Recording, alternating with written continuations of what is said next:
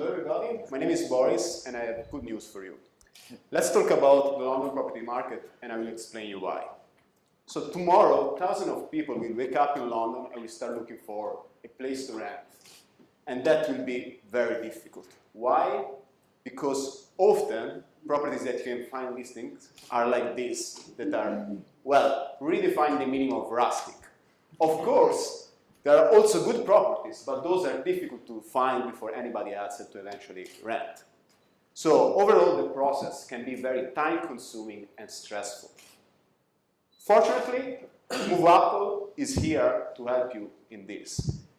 Through a single app, you can search through all the properties that are listed in the London market. And with just few taps, you can book a viewing for a property, make an offer, or close a deal with the landlord without phone calls and stress.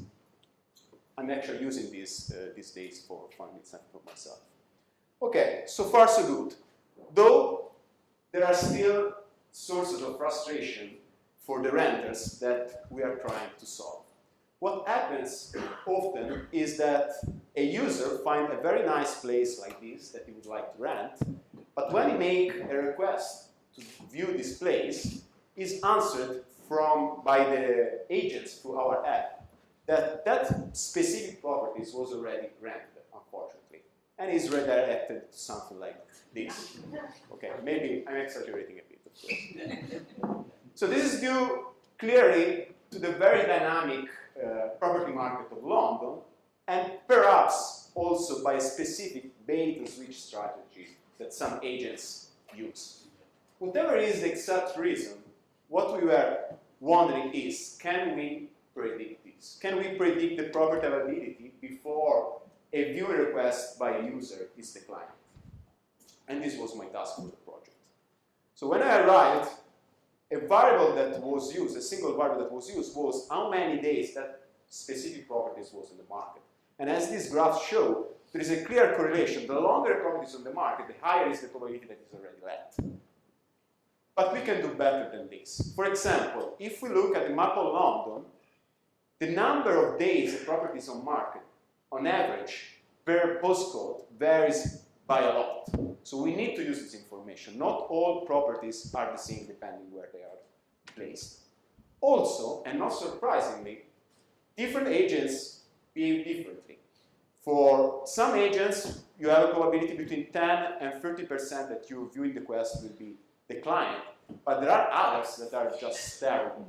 So I will not name it, but there is one for which 97% of the properties that are listed cannot be viewed because they are already let.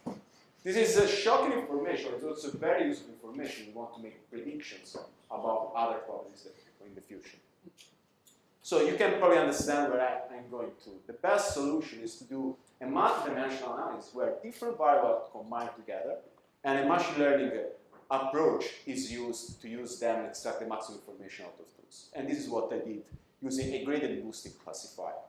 So before I show you the final result, let me introduce this kind of plot. It's a pretty practical and common way to show the performance of a classifier. You have the true positive rate on one axis, the false positive on the other axis. If you just do random guessing, you will get performance along this line, while a perfect ideal classifier that doesn't exist will sit over there on the top left corner.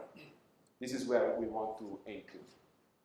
Using the simple monodimensional analysis that I described at the beginning, the performance that can be achieved is something like this. So, true positive rate of 32% for a false positive rate of 20%. It's decent performance, but we can do much better than this. And indeed, using the machine learning classifier, the results are these. 70% better true positive rate for the same level of false positive. And the interesting thing is that this classifier was trained using only 2-3 months of historical data from MoveApple. So as more data will be collected, this line will move for sure closer and closer to the top left corner. And speaking about this, a nice thing about this algorithm is that it automatically provides a ranking of the predictive variable, predictive power of the different variables. So we already know what are the variables that we have to pay more attention and collect the highest possible quality in the future. So to conclude, I developed an algorithm to predict the real availability of the properties listed in London, and this is now ready to be integrated into the movable system. And as soon as this information will be propagated to the renter, we'll make their moving even easier than it is now. Thank you very much.